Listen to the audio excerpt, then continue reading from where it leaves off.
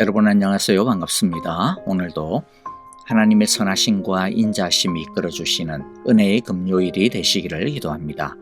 이제 함께 찬양하겠는데요. 내 주 되신 주를 참 사랑하고 함께 찬양하겠습니다. 생명을 주신 그 은혜와 사랑에 감사하며 이전보다 더 주님을 사랑하는 2024년 한 해가 되어지기를 바랍니다. 함께 사랑으로 고백하겠습니다.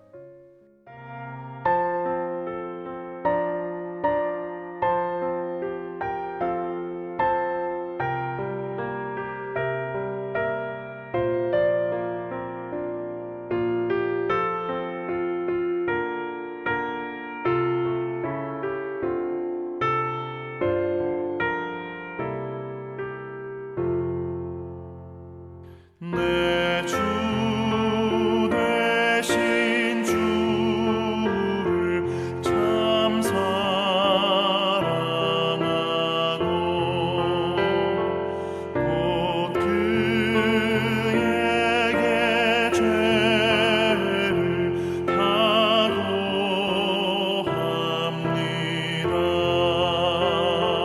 그는 해를 주신 내 예수시니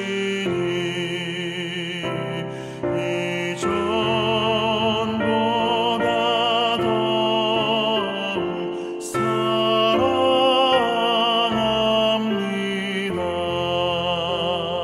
주를 사랑하사 구하시려고 저 십자가 고난 당하셨도다. 그 가시관 쓰신 내 주 배우니 이전보다 더욱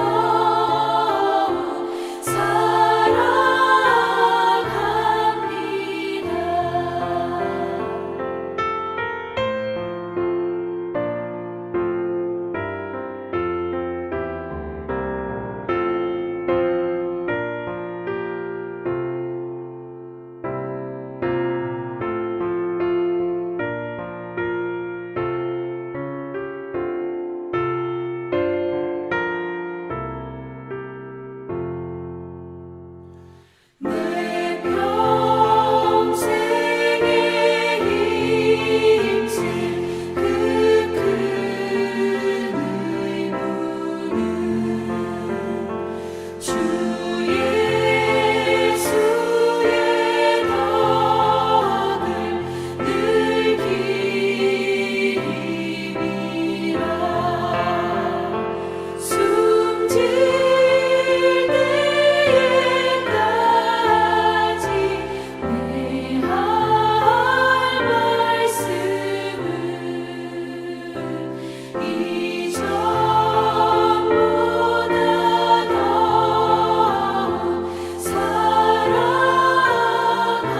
사랑합니다. 그 영광의 나라 나 들어가서 그 풍성한 은혜 늘 감사하리. 금멸류관 쓰고 나 찬송할 말 이전보다 더욱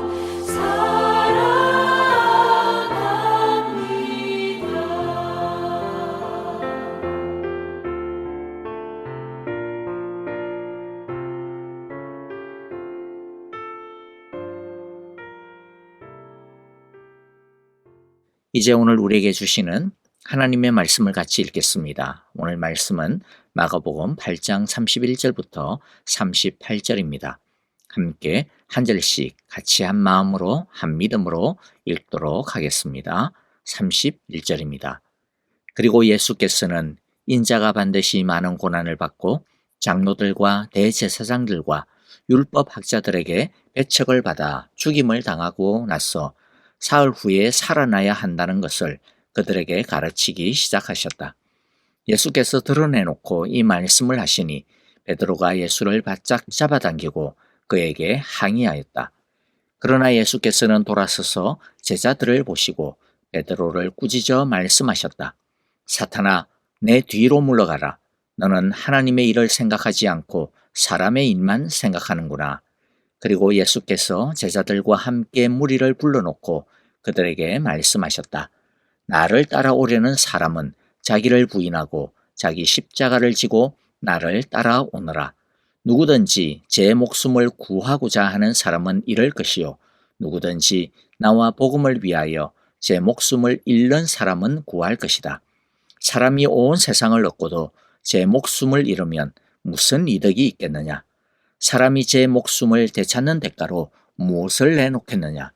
음란하고 죄가 많은 이 세대에서 누구든지 나와 내 말을 부끄럽게 여기면 인자도 자기 아버지의 영광에 쌓여 거룩한 천사들을 거느리고 올 때에 그를 부끄럽게 여길 것이다. 아멘. 우리는 예수님을 우리의 생명의 구원자요, 우리 삶의 주인이라고 고백합니다. 베드로가 고백한 예수님은 그리스도이십니다. 예수님은 살아계신 하나님의 아들이십니다. 예수님은 주가 되십니다. 라고 하는 고백은 정말로 올바르고 아름다운 고백입니다. 오늘의 말씀은 예수님은 그리스도십니다. 주님이십니다. 라고 하는 말이 진짜 어떤 의미인지를 설명해 주시는 말씀입니다. 즉 우리가 예수님을 믿습니다. 라고 하는 말이 어떤 의미인지 우리의 믿음의 본질을 설명해 주시는 말씀입니다. 첫째, 메시아는 고난을 받고 죽은 다음에라야 부활이라고 하는 영광에 이르게 됩니다. 어제 우리가 살펴본 바와 같이 예수님이 메시아라고 하는 사실을 다른 사람들에게 알리지 말라고 하셨습니다. 그 이유는 사람들이 메시아가 어떤 존재인지 잘못 알고 있고 오해하고 있기 때문에 그것을 바로 알지 못하면 결국 자기가 믿고 싶은 대로 자기가 바라는 대로 메시아를 잘못 받아들이게 되기 때문입니다. 사람들은 메시아가 로마를 무너뜨리고 능력과 권세를 세계의 중심이라고 하는 영광을 가져오실 것이라고 믿었습니다. 메시아가 가져다 줄 떡고물을 기대하면서 메시아가 가져다 줄 영광과 부귀를 기대하면서 메시아가 빨리 와주시기를 기대하고 열망하고 기다렸습니다. 이스라엘 사람들과 제자들이 가지고 있는 신앙은 결국 이 세상에서의 성공과 행복과 영광을 얻는 것이었습니다. 오늘날도 많은 성도들이 예수를 믿는 이유가 비록 겉으로는 드러내지 않고 표현은 숨기고 있지만은 성공과 형통함과 세상적인 축복인 경우들이 많은 것이 사실일 것입니다. 열심과 헌신의 이유도 인정받고 싶어서고 또는 이렇게 열심히 하고 헌신하면 하나님께서 보상해 주시고 무엇인가 상급을 주시지 않을까 기대하기 때문에 하는 경우들도 은근히 많습니다. 이런 마음은 예수님 당시 이스라엘 사람들이 가지고 있었던 메시아에 대한 신앙과 다를 바가 없는 것이죠. 그런 신앙에 대한 예수님의 반응이 무엇입니까? 자기 자신을 감추시는 것입니다. 그런 믿음은 옳지 않다는 것입니다. 예수님은 베드로의 신앙 고백 안에 있는 그 욕망을 보셨습니다. 비록 표현은 멋지고 맞는 말일지 몰라도 그 중심이 비뚤어져 있는 것을 보셨습니다. 예수님은 참된 믿음이 무엇인지를, 메시아가 어떤 존재인지, 어떤 일을 하시는 분인지를 바르게 가르쳐 주심으로써 지금 바로잡아주고 계신 것입니다. 진짜 메시아는 어떤 분이십니까? 31절이죠. 그리고 예수께서는 인자가 반드시 많은 고난을 받고 장로들과 대제사장들과 율법학자들에게 배척을 받아 죽임을 당하고 나서 사흘 후에 살아나야 한다는 것을 그들에게 가르치기 시작하셨다. 메시아는 로마 제국을 무너뜨리지 않고 도리어 고난을 당할 것입니다. 죽임을 당할 것입니다. 그런 다음에라야 다시 살아나게 될 것입니다. 승리하실 것입니다. 영광을 얻게 될 것입니다. 메시아의 이런 모습은 메시아를 믿는 것이 어떤 것을 의미하는지를 가르쳐주는 포인트가 됩니다. 메시아가 고난을 당함으로 구원을 가져오셨다라고 하는 것은 메시아를 믿는 사람들에게도 동일한 고난이 피할 수 없는 것임을 보여줍니다. 그리고 메시아가 죽은 이후 사흘 만에 다시 살아나신다라고 하는 것은 메시아를 믿는 사람들이 고난을 당하더라도 그 고난이 끝이 아님을 보여주는 것입니다. 오히려 고난을 통해 부활이라는 영광에 이르게 됨을 보여줍니다. 다른 말로 하면 메시아의 영광에 참여하려면 반드시 메시아가 이 세상과 싸워야 했던 것처럼 그 싸움에 동참해야 하고 고난을 겪어야 하고 심지어 죽음과 같은 고난마저도 겪어야 한다라고 하는 것을, 그래야 영광의 날을 맞이하게 될 것임을 보여주고 계신 것이죠. 왜입니까? 우리에게 생명을 주신 메시아가 그렇게 사셨기 때문입니다. 우리의 삶의 주가 되시는 그리스도가 그렇게 사셨기 때문에 종이 주인보다 높을 수 없기 때문입니다. 따라서 자연스럽게 둘째, 예수님을 믿는다라고 하는 것은 메시아가 걸어가신 그 길을 따라 걷는다는 것입니다. 예수님처럼 자기 십자가를 지고 예수님을 따르는 것이 예수님을 믿는 것입니다. 예수님의 순환과 죽음의 예고에 베드로는 화들짝 놀라며 예수님을 막아쓰죠. 32절에 보면 예수님을 바짝 잡아당기고서는 그에게 항의합니다. 여기서 항의하였다라고 라는 단어로 번역된 이 단어는 33절에 나오는 꾸짖다라고 하는 말과 같습니다. 그러니까 예수님이 지금 제정신이 아니구나. 어떻게 저런 말도 안 되는 소리를 하고 앉아있나? 라고, 예수님이 지금 잘못된 길을 가려고 하고 있어. 라고 하면서 예수님을 책망하고 혼내고 있는 것이죠. 왜입니까? 자기가 알고 있는 메시아는 절대로 그러면 안 된다라는 것이죠. 좀 더 정확하게 베드로의 속마음을 드러내자면, 아니 그러면 배도 집도 가정도 다 버리고 이때까지 우리가 예수님을 쫓아다녔는데 예수님이 그렇게 죽어버리면 우리가 예수님을 따른 것이 무슨 의미가 있어? 이거 큰일 나는 거 아니야? 도대체 어디서 보상을 받는다라는 거야? 라고 하는 마음인 것이죠. 예수님이 메시아로서 로마 제국을 무너뜨리고 하나님의 나라를 세워 왕이 되셔야 하는데 이때까지 그런 메시아로 철떡같이 믿고 따라다녔는데, 아니 그냥 죽게 되어버리면 아니 이게 무슨 말이냐, 무슨 청천벽력 같은 소리냐라는 것이죠. 베드로가 믿는 믿음은 무엇에 대한 믿음입니까? 나중에 예수님이 세우실 하나님의 나라에서 높은 자리 차지할 수 있다라고 하는 믿음이었던 거죠. 이것은 베드로뿐만 아니라 모든 제자들이 가지고 있었던 믿음이고 메시아를 바란다라고 고백하는 이스라엘 사람들이 가지고 있었던 보편적인 생각이었습니다. 예수님은 베드로의 그와 같은 생각과 태도를 강력하게 꾸짖었습니다. 그냥 꾸짖는 정도가 아니라 베드로가 지금 사탄의 일을 하고 있다라고, 사탄아 내 뒤로 물러가라고 책망하십니다. 이 정도면 최고로 책망하는 표현이죠. 예수님의 죽음을 막으려는 것은 인류의 구원을 막으려고 하는 사탄의 일인 것입니다. 그리고 예수님을 통해서 영광과 이 땅의 열매만을 취하려고 예수님을 따르는 것도 사탄의 길이라는 뜻입니다. 너무나도 살벌한 책망이 아닐 수 없습니다. 그런 다음에 예수님은 예수님을 믿는다라는 것이 무엇인지, 예수님을 자신의 구원자로 받아들인다라고 하는 것이 무엇인지, 자신의 하나님으로 따른다라고 하는 것이 무엇인지 분명하게 다시 가르쳐 주십니다. 34절, 35절입니다. 그리고 예수께서 제자들과 함께 무리를 불러놓고 그들에게 말씀하셨다. 나를 따라오려고 하는 사람은 자기를 부인하고 자기 십자가를 지고 나를 따라오너라. 누구든지 제 목숨을 구하고자 하는 사람은 잃을 것이요, 누구든지 나와 복음을 위하여 제 목숨을 잃는 사람은 구할 것이다. 예수님이 가르쳐 주시는 제자의 길은 제자들이 알고 있었던 제자의 길과는 너무나도 다른 길이었습니다. 믿음이란 그냥 예수님을 구원자라고 하나님의 아들이라고 말로만 고백하는 것이 아닙니다. 예수님을 믿는다라고 하는 것은 메시아이신 예수님이 걸어가신 그 고난의 길을, 십자가의 길을 본받아 따라가는 것입니다. 제자들은 메시아를 따르면 높은 자리를, 영광을 취할 줄 기대했습니다. 그러나 예수님은 메시아를 따르는 것은 자기를 부인하는 것이요, 자기 십자가를 지는 것이요, 예수님을 따르는 것이라고 분명하게 가르쳐주고 있습니다. 제자들처럼 무엇인가 얻어내기 위해서 예수님을 따르는 사람, 즉 제 목숨을 구하고자 예수님을 믿는 사람은 자신의 발행과 달리 오히려 제 목숨을 잃어버리게 될 것이요, 즉 그렇게 예수 믿어봐야 예수님과 아무 상관없을 것이라고 하는 뜻이죠. 구원을 얻지 못할 것이라는 말과 동일합니다. 그러나 반대로 예수님이 가르쳐 주시는 믿음대로 예수님의 길을 따라가다가 고난도 받고 손해도 당하고 어려움도 당하고 심지어는 목숨을 잃어야 하는 상황에서도 믿음을 저버리지 아니하고 예수님을 붙든다면 겉으로 보기에는 손해를 당하는 것 같고 다 잃어버리는 것 같아도, 그러나 결국에는 그게 성공의 길이요, 구원의 길이요, 생명을 얻는 길이라는 것입니다.